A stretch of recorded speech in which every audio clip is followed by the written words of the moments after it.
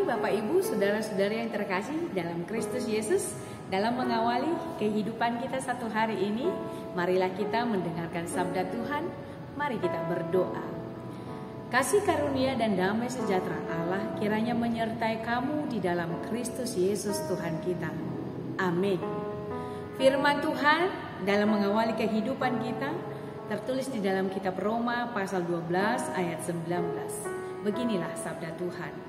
Saudara-saudaraku yang kekasih, janganlah kamu sendiri menuntut pembalasan, tetapi berilah tempat kepada murka Allah, sebab ada tertulis, pembalasan itu adalah hakku. Akulah yang akan menuntut pembalasan, firman Tuhan. Bapak Ibu, saudara-saudara yang terkasih, saya teringat sebuah kisah di tahun 1997, kejadian yang sangat memilukan di dalam keluarga kami, di mana keluarga kami harus kehilangan salah satu anggota keluarga karena dibunuh oleh orang yang tidak kami kenal. Ceritanya, sewaktu abang saya pulang bekerja, seorang pengamen meminta uang kepadanya di bas. Namanya di bas ya Bapak Ibu, saudara-saudara yang terkasih, padat, ramai, berbondong-bondong. Abang saya tidak mengira permintaan itu menjadi sebuah ancaman dalam hidupnya. Tidak lama kemudian sebilah pisau tertancap di perutnya, dan sewaktu dibawa ke rumah sakit dia sudah kehabisan darah dan pada akhirnya meninggal dunia. Kami sekeluarga Bapak Ibu kehilangan orang yang kami kasihi. Kalau dipikir-pikir, apalagi orang tua saya, pastilah sedih. Orang tua saya yang melahirkan anak itu pastilah berduka, pastilah berontak, menjerit karena kehilangan seorang anak yang dia kasihi. Akan sulit melupakan hal yang demikian. Tetapi pada waktunya orang tua saya mengambil sikap untuk mengikhlaskan kepergian anaknya dan tidak menuntut balas dendam. Bapak Ibu, saudara-saudara yang terkasih, beberapa atau mungkin banyak dari antara kita sangat sulit menghilangkan kepahitan atau ketidakadilan yang kita rasakan dari orang lain. Alangkah sulit untuk mengikhlaskan kejadian yang membuat hati kita bersedih. Memang di dalam kehidupan banyak orang masih banyak yang menganut paham mata ganti mata, gigi ganti gigi. Menyukai hal-hal yang berhubungan dengan pembalasan atau membalaskan dendam. Tanpa terbalaskan dendamnya, hatinya sangat sedih.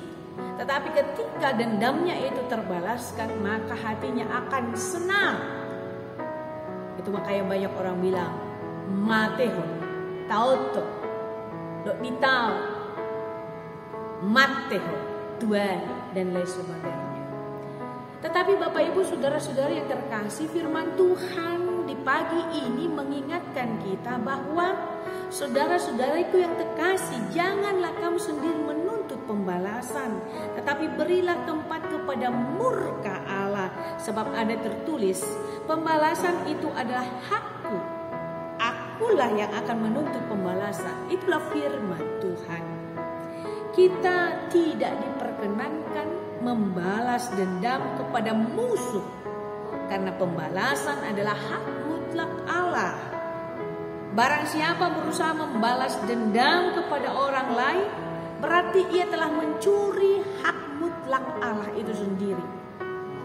Satu catatan yang harus kita ketahui Bapak Ibu saudara-saudari adalah bahwa pembalasan Tuhan atas ketidakadilan yang kita terima hanya berlaku bila kita tidak mengambil hak Tuhan. Ketika seorang menampar pipi kirimu, engkau pun membalas tamparan itu, masihkah layak engkau menuntut pembalasan Tuhan terhadapmu? Bukankah tanganmu sendiri telah membalaskannya kepada orang lain? Bukankah engkau sudah membuat ia menuai apa yang ia tabur pada saat itu?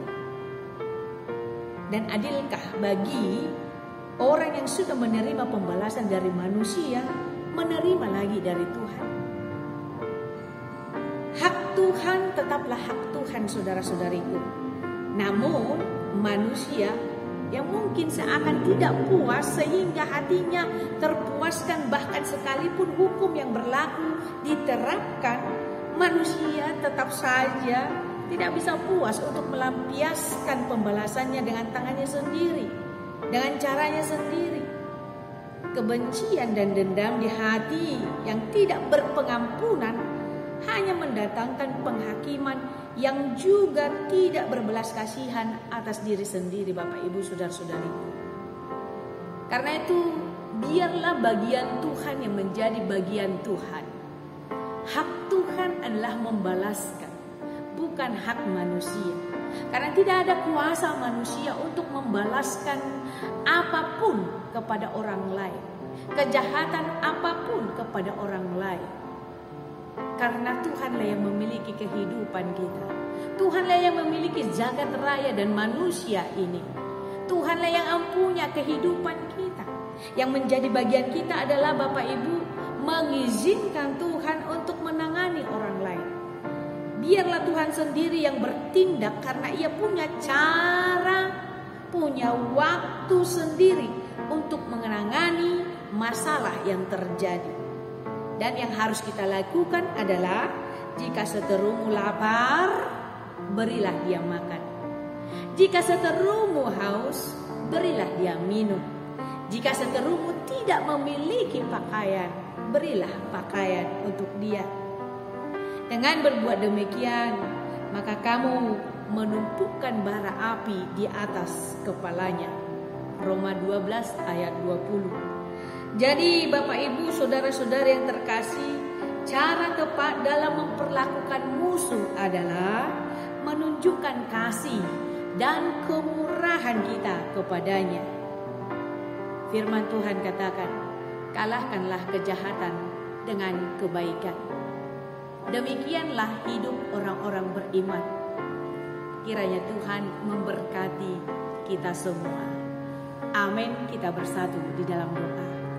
Kami bersyukur Tuhan, Engkau mengingatkan kami ketika banyak musuh melawan kami.